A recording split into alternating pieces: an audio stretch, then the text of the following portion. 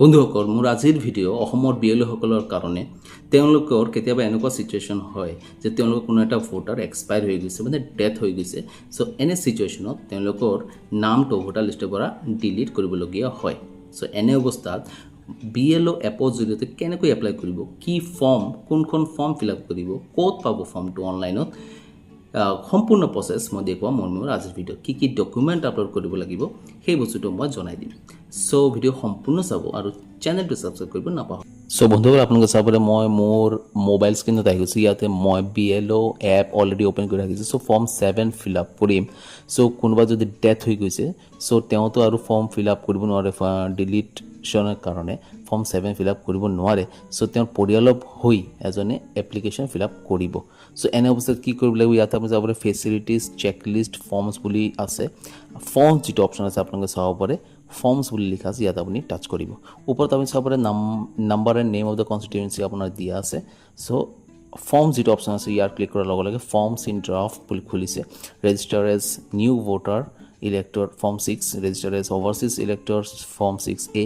আৰু register for Aadhaar authentication form 6B and ডিলিশ্যনৰ কাৰণে ফৰ্ম 7 আৰু ৰেজিষ্টাৰ ফৰ শ্বিফটিঙৰ কাৰণে ফৰ্ম 8 আৰু ট্ৰেক কৰিবৰ কাৰণে ছাৰ্ভিচেছ আছে ইয়াত ট্ৰেক এপ্লিকেশ্যন ষ্টেটাছ চ' আমি ফৰ্ম 7 ফিল আপ কৰিম deletion and objection in electric road আপুনি চাব পাৰে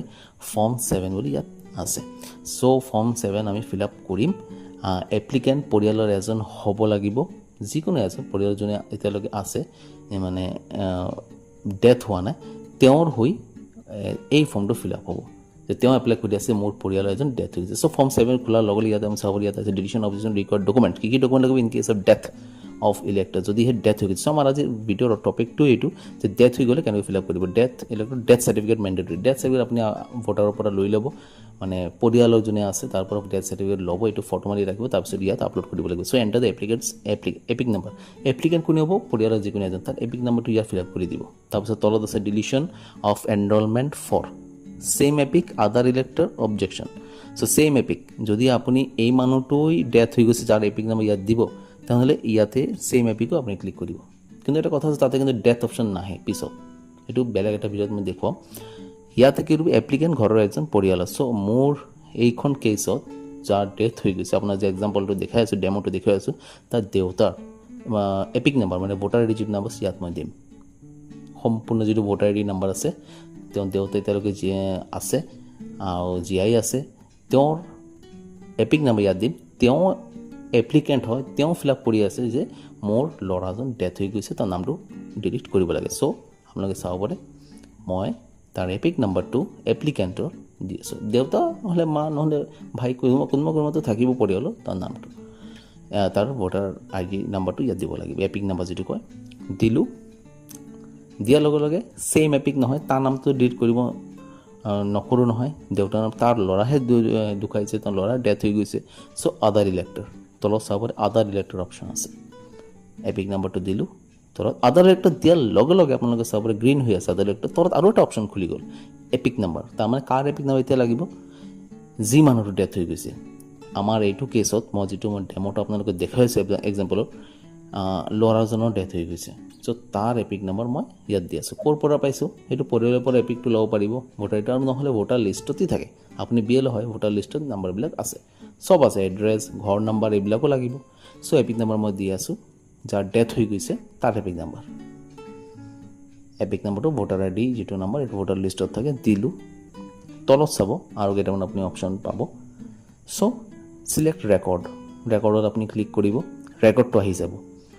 যোনে এপ্লিকেণ্ট তাৰো ৰেকৰ্ড আহিব আৰু যাৰ নামটো আপুনি ডিলিট কৰিব বিচাৰে তাৰ নামটো আহিব সম্পূৰ্ণ ৰেকৰ্ডখিনি ভোটাৰ লিষ্টত যিটো আছে ইয়াত আহি যাব চাওক আহিছে এপ্লিকেণ্টৰ নাম আহিছে তেওঁ দেউতাৰ নামটো আহি গৈছে তেওঁ এপ্লিকেণ্ট হয় সেইটো আপুনি চিলেক্ট কৰি দিব ছাইডত এটা ৰাউণ্ড এটা বস্তু আছে চাব পাৰে ইয়াতে টাচ কৰাৰ লগে লগে এই এপ্লিকেণ্ট যিটো হাইলাইট হৈ আছে যাব এইটো অবজেক্টিভ বুলি এটা আছে তাতে গুচি যাব চাব এপ্লিকেণ্টৰ তলত এটা আণ্ডাৰলাইন হৈ আছে সেইটো চিলেক্ট কৰাৰ লগে লগে অবজেক্টিভ গুচি যাব অবজেক্টিভ মানে যাৰ নামটো ডিলিট কৰিব লাগে সেইটো চিলেক্ট কৰি নেক্সট মাৰিছোঁ অবজেক্টিভ আহি গ'ল ঠিক আছে এতিয়া অবজেক্টিভ মানে তাৰ নামটো অট'মেটিক আহি গ'ল আপোনালোকে চাব পাৰে কাৰণ তাৰ এপিক নাম্বাৰটো দিছিলোঁ যাৰ নামটো ডিলিট হ'ব কিবা কনফিউজন থাকিলে মোৰ কমেণ্ট কৰি দিব মই আপোনালোকৰ সমস্যা সমাধান কৰিব চেষ্টা কৰিম তাৰ এতিয়া নেক্সট কৰিব তাতো চিলেক্ট কৰি দিলোঁ অবজেক্টটো চিলেক্ট হৈ গ'ল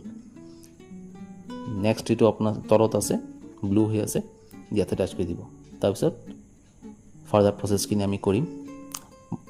আহি গ'ল ইয়াতে state district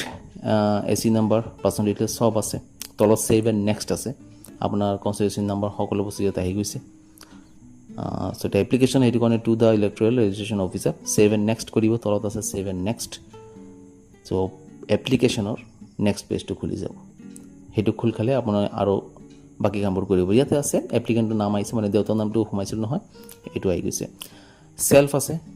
mobile number ৰিলেটিভৰ mobile number দিব পাৰিব মোবাইল নাম্বাৰ থাকিলে দি দিব ভাল কথা যাতে ৰেকৰ্ড থাকিব আৰু যদি নাথাকে আপুনি এইটো যিটো ক্ৰছ হৈ আছে 91 বুলি আছে সেইটো আপুনি সম্পূৰ্ণ কাটি দিব যদি মোবাইল নাম্বাৰ নাই এক্টিভ নাই ভাবক কাটি পেলাই আকৌ ছেভ এণ্ড নেক্সট কৰিব এইটো গুচি যাব হ'ল অপশ্যন অফ এপ্লিকেশ্যন অবজেকশ্যন কিয় এপ্লিকেশ্যনটো কি হ'ল এই মানুহজনৰ যে নামটো ডিলিট কৰিব লাগে I request to delete the name of the person mention below' already included in the current roll due to any of the following reasons এতিয়া অপশ্যন আহি গৈছে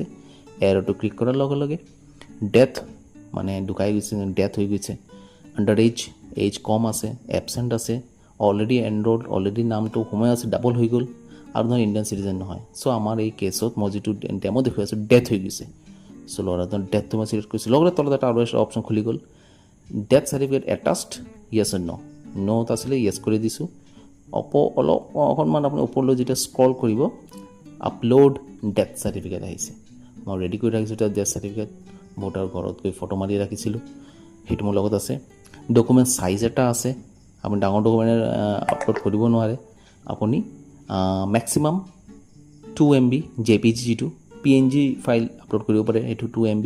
মেক্সিমাম আৰু PDF যদি ফৰ্মেটত থাকে আপুনি ফটো যিটো মাৰিছে সেইটো 3 MB হ'ব লাগিব এতিয়া চুজ ফাইল বুলি অপশ্যন আছে চুজ ফাইল অপশ্যন ক্লিক কৰাৰ লগে লগে আপোনাৰ মোবাইলত য'ত আছে ফটোটো ডেথ চাৰ্টিফিকেটৰ সেইটো আপোনাৰ চিলেক্ট কৰিব লাগিব চ' এতিয়া তলত আছে চুজ ফাইল চাওক টেক ফটো যদি আপুনি টাচ কৰে ডিৰেক্টলি আপুনি ডেথ চাৰ্টিফিকেটটো আপোনাৰ ওচৰৰ পৰা আপুনি ফটো মাৰি আপলোড কৰিব পাৰিব নহ'লে চুজ ফ্ৰম গেলেৰী আপুনি অলৰেডি আগৰ পৰা ফটো মাৰি ৰাখিছে আপোনাৰ গেলেৰীত আছে মোবাইলত তাতে গুচি যাব চাওক মই choose from gallery option click কৰিলোঁ কিন্তু মই অলৰেডি ফটোটো উঠাই ৰাখিছিলোঁ চ' ইয়াত মই য'ত ষ্ট'ৰ কৰি ৰাখিছোঁ সেইটো চাওক আপোনালোকে চাব পাৰে ফটোটো মই চিলেক্ট কৰিলোঁ ডেথ চাৰ্টিফিকেট চিলেক্ট কৰিলোঁ অকণমান ব্লাৰ কৰি দিছোঁ বেয়া নাপাব কাৰণ এইটো পাৰ্চনেল ডিটেইলছ হয় প্ৰাইভেচিৰ কাৰণে এইটো অকণমান ব্লাৰ কৰিব লগা হ'ল চ' আপলোড হৈ আছে আপলোড হ'বলৈ কেতিয়াবা টাইম ল'ব পাৰে নেটৱৰ্ক ইছ্যু থাকে ছাৰ্ভাৰ ডাউন থাকে ইলেকশ্যন যিটো ৱেবছাইট আছে সেইটো বহুত ছাৰ্ভাৰ ডাউন থাকে ইলেকশ্যন কমিশ্যনৰ আৰু এপটো বহুত প্ৰব্লেম কৰে BLO এপ বহুত প্ৰব্লেম কৰে মই আৰু কেইটামান সমস্যা আছে BLO এপত মই সেইটোৰ ওপৰত ভিডিঅ' এটা বনাম চ' আপোনালোকে চাবলৈ সৰুকৈ তলত আহিছে যিটো আপুনি ফাইলটো আপলোড কৰিছে তলত আপোনালোকে চাব পাৰে ইয়াত ছেভ এণ্ড নেক্সট কৰি দিব আৰু নহ'লে যদি ভাবে আপুনি ভুলত বেলেগ ফাইল আপলোড হৈ গ'ল মানে এটা ৰঙা হৈ আছে ডাষ্টবিন এটা চাব পাৰে এইটো টাচ কৰিলে এইটো ডিলিট হৈ যাব আকৌ আপুনি সঠিক যিটো ফাইল আছে সেইটো আপলোড কৰিব পাৰিব চ' ছেভ এণ্ড নেক্সট কৰাৰ লগে এটা এড্ৰেছ আহিছে আপুনি চাওক কাৰ এড্ৰেছ যাৰ নামটো আপুনি ডিলিট কৰিব বিচাৰে এপ্লিকেণ্টৰ এড্ৰেছ দিলেও হ'ব আৰু নহ'লে যাৰ নামটো ডিলিট কৰিব বিচাৰে একেই হ'ব আৰু হাউচ নাম্বাৰ দিয়া আছে হাউচ নাম্বাৰ ক'ত পাব আপুনি হাউচ নাম্বাৰ পাব ভোটাৰ লিষ্টত হাউচ নাম্বাৰটো আপুনি দিব হাউচ নাম্বাৰ যিটো হাউচ নাম্বাৰ ভোটাৰ লিষ্টত আছে ভোটাৰ লিষ্টত ঘৰ নম্বৰ থাকে সেইটো আপুনি সঠিকভাৱে ইয়াত দিব তলত আছে ৰিজনেল মানে আমাৰ অসমীয়াটো ইয়াত আহিব কেতিয়াবা নাহিব পাৰে ইংলিছতো কেতিয়াবা থাকিছে জানি ইয়াত এইটো কেছত চাওক আৰু নহ'লে এইটো আপুনি কাটি মেনুৱেলি নিজৰ হাতেৰে 3121 যেনে যিটো নাম্বাৰ আছে সেইটো আপুনি হেৰি কৰিব পাৰে চ' আপুনি ক'ত এৰিয়া হয় এড্ৰেছটো আপুনি ইংলিছত এবাৰ টাইপ কৰিলে তলত আকৌ ৰিজনেল অট'মেটিকেলি আহি গ'ল কেতিয়াবা ভুল আহিব পাৰে এনে মোৰ কেছত এইটো চাওক যিটো ইংলিছত আছিলে ইয়াৰ পৰা যেতিয়া অট'মেটিক ট্ৰান্সলেট হ'ল কিন্তু এই ভুল আহিছিলে এতিয়া মই মেনুৱেলি নিজৰ হাতেৰে আখৰখিনি দি অসমীয়াত মই ফিল আপ কৰিম কাৰণ এড্ৰেছটো ভুল হোৱাটো ঠিক নহয় মেনুৱেলি মই নিজৰ পৰা এইটো টাইপ কৰি দিম চ' কিপেডত মোৰ আখৰবিলাক আছে সেইবিলাক মই টাইপ কৰি দিম কেতিয়াবা কাৰেক্টলিও এইটো অট'মেটিকেলি ট্ৰান্সলেট হৈ যায় চ' অসমীয়াত কৰি লৈছোঁ কৰি পেলাই এইটো প্ৰাইভেচিৰ কাৰণে মই কিন্তু এইবিলাক শ্ব' কৰিব নোৱাৰিম আপোনাৰ মোবাইলত আহিব বহুত ধুনীয়াকৈ আহিব আপোনালোকে চাব পাৰে ভিলেজ নেমটো টাউনৰ নামটো ইয়াত দিব লাগিব চ' সেইটো বস্তু আকৌ ৰিজনেলত ফিল আপ কৰিব লাগিব লোকেল লেংগুৱেজ মই আগতেই কৈছোঁ অসমীয়াত ফিল আপ কৰিব লাগিব স্ক্ৰল কৰিবলৈ উঠাব আৰু কেইটামান অপশ্যন আছে পোষ্ট অফিচ দি দিব এড্ৰেছটো যিখন পোষ্ট অফিচৰ আণ্ডাৰত দি দিব সেইটো আকৌ ৰিজনেল লেংগুৱেজত আহিব মোৰ এইটো ক্ষেত্ৰত এইটো কাৰেক্টলি আহিছে সেইটো ছিলেক্ট কৰি দিছোঁ পিন কোড দি দিব যিটো পিন কোড এড্ৰেছটো কাৰেক্টলি দিব কিবা সমস্যা থাকিলে কমেণ্ট বক্সত মোক জনাব আৰু ভিডিঅ' ভাল লাগিলে লাইক কৰিব শ্বেয়াৰ কৰিব নাপাহৰিব আৰু ছাবস্ক্ৰাইবটো নিশ্চয় কৰিব ৰঙা হৈ আছে ছাবস্ক্ৰাইব বাটন এবাৰ খালি টাচ কৰিব লাগে আপোনাৰ কেই ছেকেণ্ডমান যাব এটা বস্তু মই মিছ কৰিছোঁ ইয়াত তেহজিল তালুকা মণ্ডল ছিলেক্ট কৰা নাই ক'ত আছিলে আপোনাৰ বিচাৰিব লাগিব মণ্ডলটো ক'ত আছিলে অপশ্যনটো এয়া ৰঙা হৈ আছে সেইটো মই দিয়া নাই চ' ঠিক আছে দি দিওঁ দি দিলোঁ এইটো ৰিজনলৈ আহিব সেইটো দিব লাগিব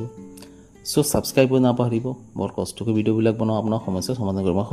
চ' আপোনালোকে চাব পাৰে এইটো নেক্সট ছেভ নেক্সট কৰাৰ লগতে নেক্সট পেজ আহিছে আপোনাৰ ডেট আহিছে কোন ডেট আপুনি ফিল আপ কৰি আছে আৰু প্লেচ আহিছে চ' আপুনি 5 7 নেক্সট কৰি দিব য'ৰ পৰা আপুনি কৰি আছে এইটো নাম ইয়াত চাওক ফাইনেল আপোনাৰ কি আহি গ'ল ইয়াত আপোনাৰ এপ্লিকেশ্যনটো আহি গ'ল চ' ইয়াত অকণমান টাইম লৈ আছে আপোনাৰো লাগিব পাৰে ছাৰ্ভাৰ ডাউন থাকে ইয়াত সম্পূৰ্ণ যিটো আছে আপুনি ফিল আপ কৰিছে যিমানখিনি বস্তু ইয়াত এনেকুৱা থাকিব আপুনি এবাৰ স্ক্ৰল কৰি ফাইনেল এবাৰ চাই ল'ব তাৰপিছত যদি কিবা থাকে কিপ এডিটিং বুলি অপশ্যন আহি আছে যদি কিবা এডিট কৰোঁতে কিবা ভুল হৈছে কিবা আৰু কিবা লিখাৰ আছিলে এডিট কৰিব পাৰিব এটা মানে চেক কৰিবৰ কাৰণে যে আপুনি কি ফিল আপ কৰিলে কেনেকৈ ফিল আপ কৰিলে তাৰপিছত আপোনাৰ ছাবমিট যিটো অপশ্যন আছে ছাবমিট কৰি দিব ঘূৰি আছে নহয় এইটো ঘূৰি নগৈ ষ্টপ হৈ যাব বঢ়িয়াকৈ আহিব পেজটো আপুনি কি কৰিব ছাবমিট কৰি দিব ছাবমিট কৰাৰ লগে লগে আপোনাৰ ঠিক এনেকুৱা আপোনালোকে চাব পাৰে এইটো এনেকুৱা এটা অপশ্যন আহিব সেইটো কি হয় এটা পপ আপ উইণ্ড' হয় আপোনালোকে চাব পাৰে মেছেজ এটা আহিছে পপ আপ মেছেজ ইয়াত এটা একনলেজমেণ্ট নাম্বাৰ আছে দীঘলীয়া নাম্বাৰ সেইটো এটা স্ক্ৰীনশ্বট মাৰি ৰাখিব স্ক্ৰীনশ্বট কিয় কৈ আছোঁ আপুনি এইটো আপোনাৰ ডায়েৰী বা ক'তবা যদি ফাইল মেইনটেইন কৰি আছে কপি মেইনটেইন কৰি আছে তাতে আপুনি লিখি ৰাখিব পাৰে সম্পূৰ্ণ নাম্বাৰটো কিন্তু কি হয় বাই চান্স আপুনি স্ক্ৰীনশ্বটটো মাৰাৰ আগতে যদি আপুনি লিখাৰ আগতেই যদি এইটো গুচি যায় আপুনি একনলেজমেণ্ট নাম্বাৰটো নাপাব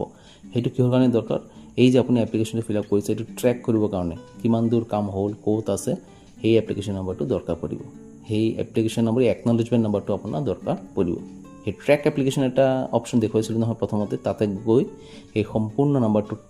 দি চাৰ্চ কৰিলে ক'ত আছে এপ্লিকেশ্যন কি অৱস্থাত আছে সেইটো আহি যাব চ' বন্ধুসকল ভিডিঅ' ভাল লাগিলে লাইক কৰিব শ্বেয়াৰ কৰিব আৰু ছাবস্ক্ৰাইব কৰিব নাপাহৰিব তলত ছাবস্ক্ৰাইব বাটন আছে ৰঙা হৈ আছে আপোনাৰ কেই ছেকেণ্ডমান যাব জাষ্ট এবাৰ টাচ কৰিব লাগে ছাবস্ক্ৰাইব কৰি দিব আৰু শ্বেয়াৰ কৰিব থেংক ইউ